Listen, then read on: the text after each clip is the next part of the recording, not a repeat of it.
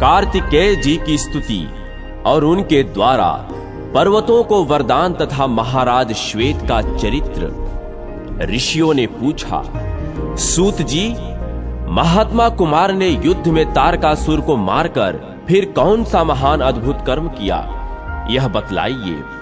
सूत जी बोले, तारकासुर को मारा गया देख इंद्रादि सब देवता बहुत प्रसन्न हुए और संपूर्ण लोकों को पवित्र करने वाले कुमार कार्तिकेय की स्तुति करने लगे।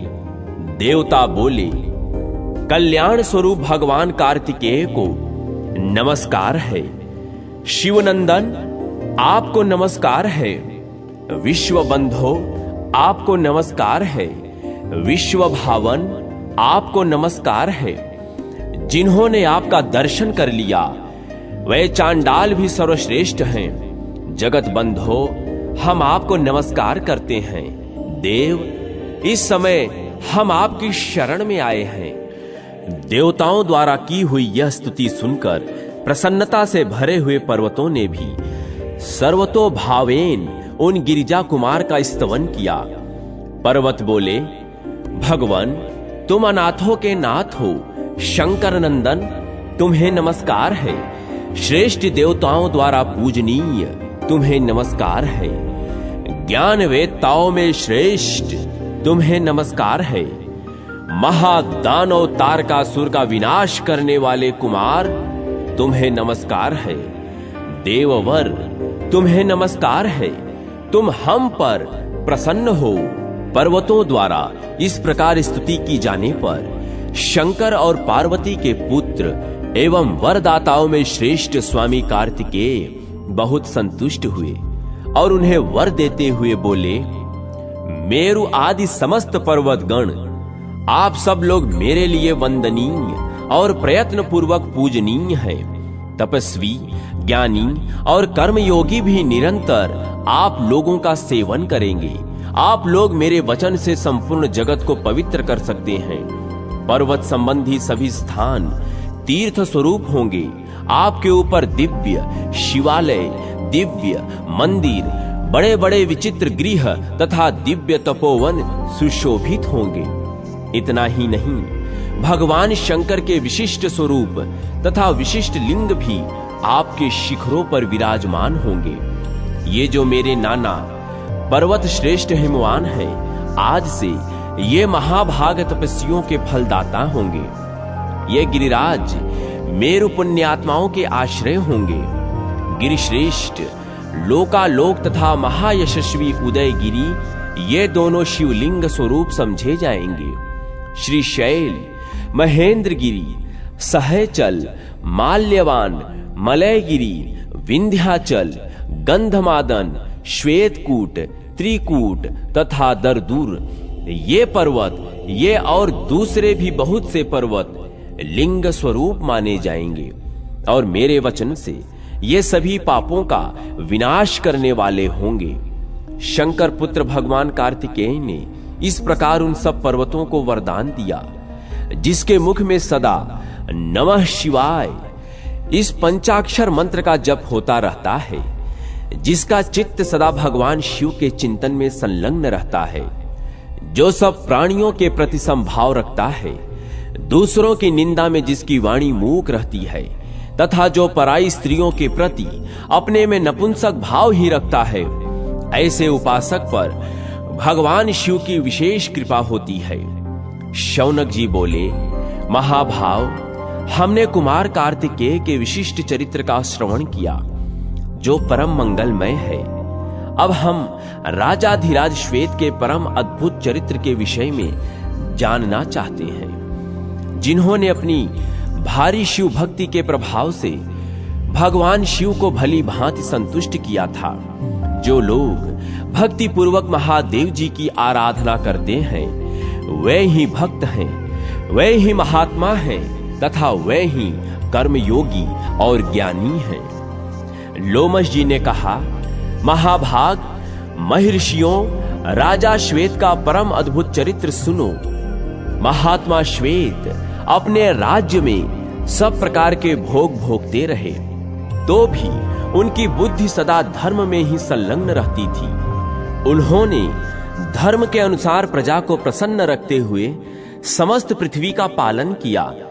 वे ब्राह्मण भक्त, सत्यवादी, शूरवीर तथा निरंतर शिव जी के भजन में तत्पर रहने वाले थे। राजा श्वेत अपनी बढ़ी चढ़ी शक्ति से राज्य का शासन और भक्ति भाव से भगवान शिव की आराधना करते थे। इस प्रकार परमेश्वर की आराधना करते करते महाराज श्वेत की सारी आयु बीत चली। उनके मन में न कभी व्यथा हुई और न शरीर में ही रोग हुआ। ये संसारी उपद्रव महाराज श्वेत को कभी कष्ट नहीं पहुंचाते थे। इनके राज्य में सब लोग निर्भय रहते थे, किसी को कोई उपद्रव नहीं था। महाराज के राज्य में बिना जोते बोए ही अनाज पैदा होता था। ब्राह्मण तपस्या में संलग्न रहते और दूसरे लोग भी अपने अपने वर्ण तथा आश्रम संबंधी धर्म का पालन करते थे। सारी पृथ्वी में प्रायः सर्वत्र मंगलमय उत्सव ही होता रहता था। भगवान शिव की कृपा से महात्मा राजा श्वेत के राज्य में सब प्रजा सदा मानसिक कष्ट से रहित, आनंदमग्न तथा सुखी रहती थी। कभी किसी को भी पुत्र की मृत्यु नहीं देखनी पड़ी, दुख नहीं उठाना पड़ा, अपमान, महामारी तथा दरिद्रता का कष्ट भी नहीं सहन करना पड़ा। इस प्रकार भगवान शिव की पूजा में लगे हुए महात्मा राजा श्वेत के जीवन का बहुत बड़ा समय सफलतापूर्वक बीत गया। एक दिन की बात है, राजा श्वेत परमार्थदाता शंकर जी की आराधना में लगे थे। उसी समय यमराज ने उनके पास अपने दूत भेजे।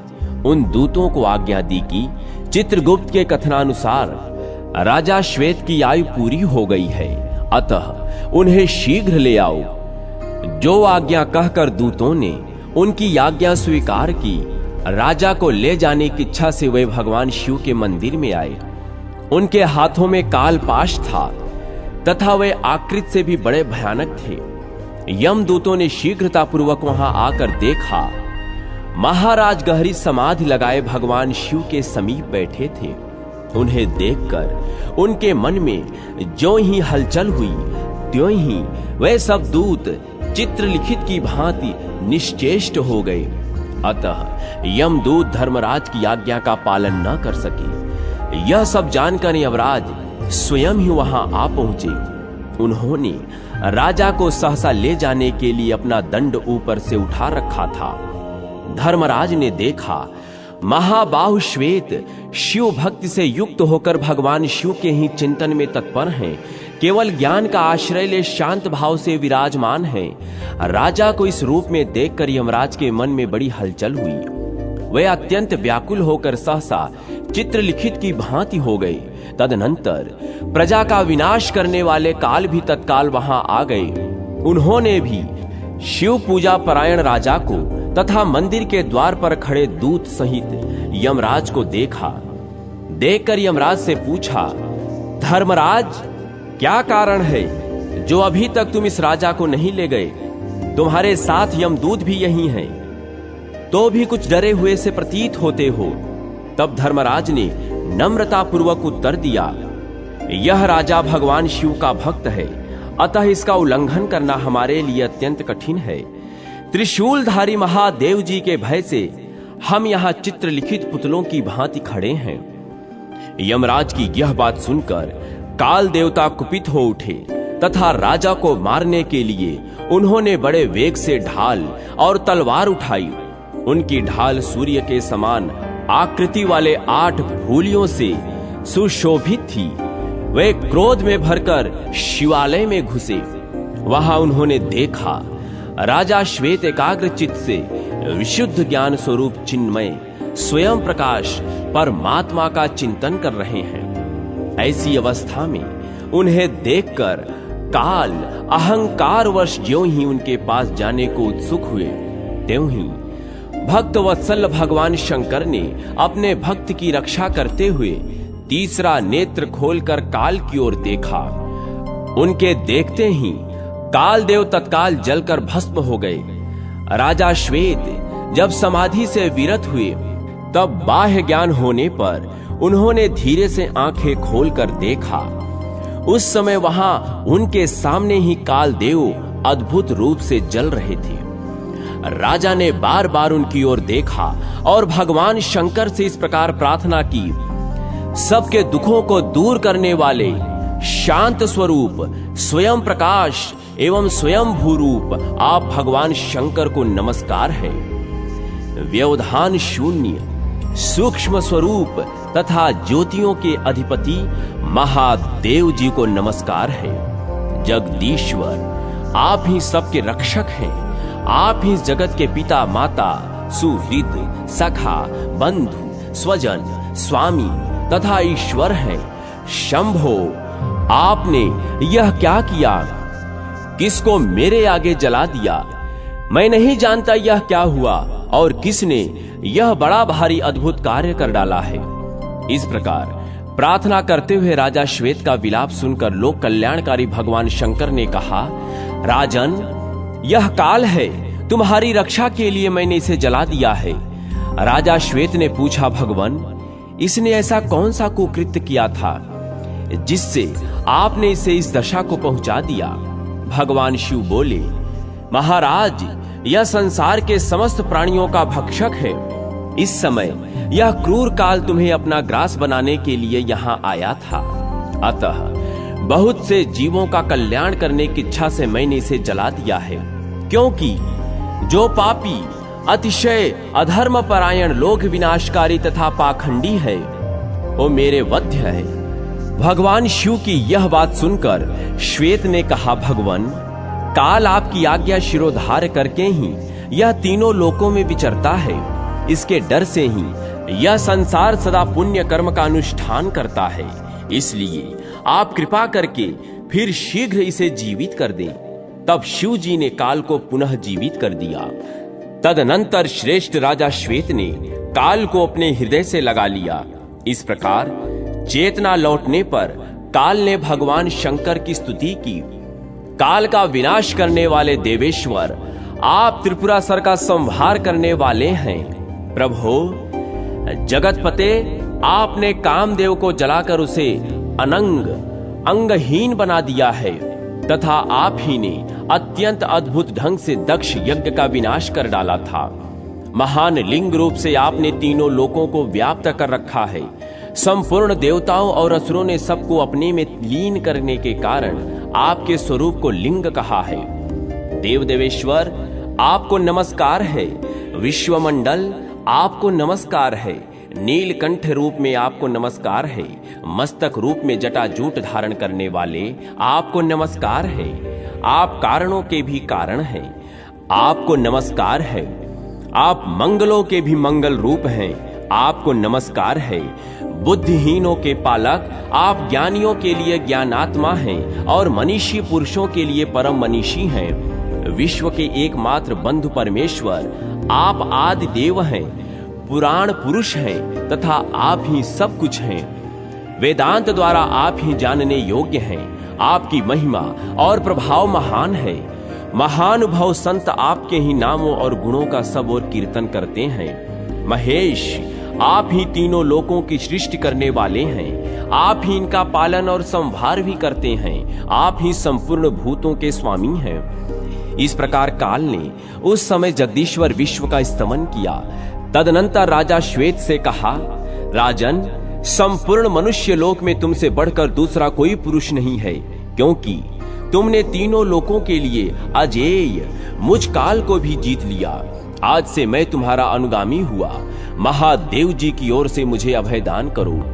राजा ने कहा, भगवान, तुम तो साक्षात शिव के एक श्रेष्ठ स्वरूप हो। संपूर्ण प्राणियों का पालन तथा संहार तुम्हारा ही स्वरूप है। तुम ही सबके नियंता हो, इसलिए तुम मेरे पूजनीय हो। आत्म साक्षात्कार के साधन में लगे हुए समस्त पुण्यात्मा पुरुष तुमसे ही भय मानने के कारण विविध भावों से परमेश्वर की शरण लेते हैं। इस प्रकार परम धर्मात्मा राजा श्वेत से रक्षित होकर काल ने भगवान शिव की कृपा प्राप्त की और पुनः उन्हें नवीन चेतना प्राप्त हुई। तब वे कालदेव, यमराज, मृत्यु तथा यमदूतों के साथ भगवान शिव और महाराज श्वेत को प्रणाम करके अपने निवास स्थान को गए। वहां उन्होंने सब दूतों को बुलाकर कहा, दूतगण, संसार में जो लोग विभूत के द्वारा त्रिपुंड धारण करते हैं, मस्तक पर जटा और गले में रुद्राक्ष की माला रखते हैं, ऐसे लोगों को तुम कभी भी मेरे लोक में न लाना। जो उत्तम भक्ति भाव से भगवान सदाशिव की पूजा करते हैं, वह साक्षात रुद्र के ही स्वरूप हैं। जो मस्तक पर एक रुद्राक्ष धारण करते हैं, ललाट में त्रिपुंड लगाते तथा जो साधु पुरुष पंचाक्षर मंत्र का सदा ही जप करते हैं, वे सब तुम्हारे द्वारा पूजनीय हैं। जिस राष्ट्र, देश अथवा ग्राम में शिव भक्त नहीं देखा जाता, वह शमशान से भी बढ़कर अशुभ है। यमराज ने भी अपने सेवकों को ऐसा ही आदेश दिया। भगवान महेश्वर की पराभक्ति से युक्त महाराज श्वेत जब काल से निर्भय हो गए, तब उन्होंने भगवान शिव का सायुज्य प्राप्त कर लिया। पवित्र बुद्धि वाले ज्ञानी पुरुषों को भी अनेक जन्मों के पश्चात भगवान शिव की भक्ति प्राप्त होती है। मनुष्यों को चाहिए कि वे सदैव भगवान सदाशिव का सेवन, वंदन और पूजन करें।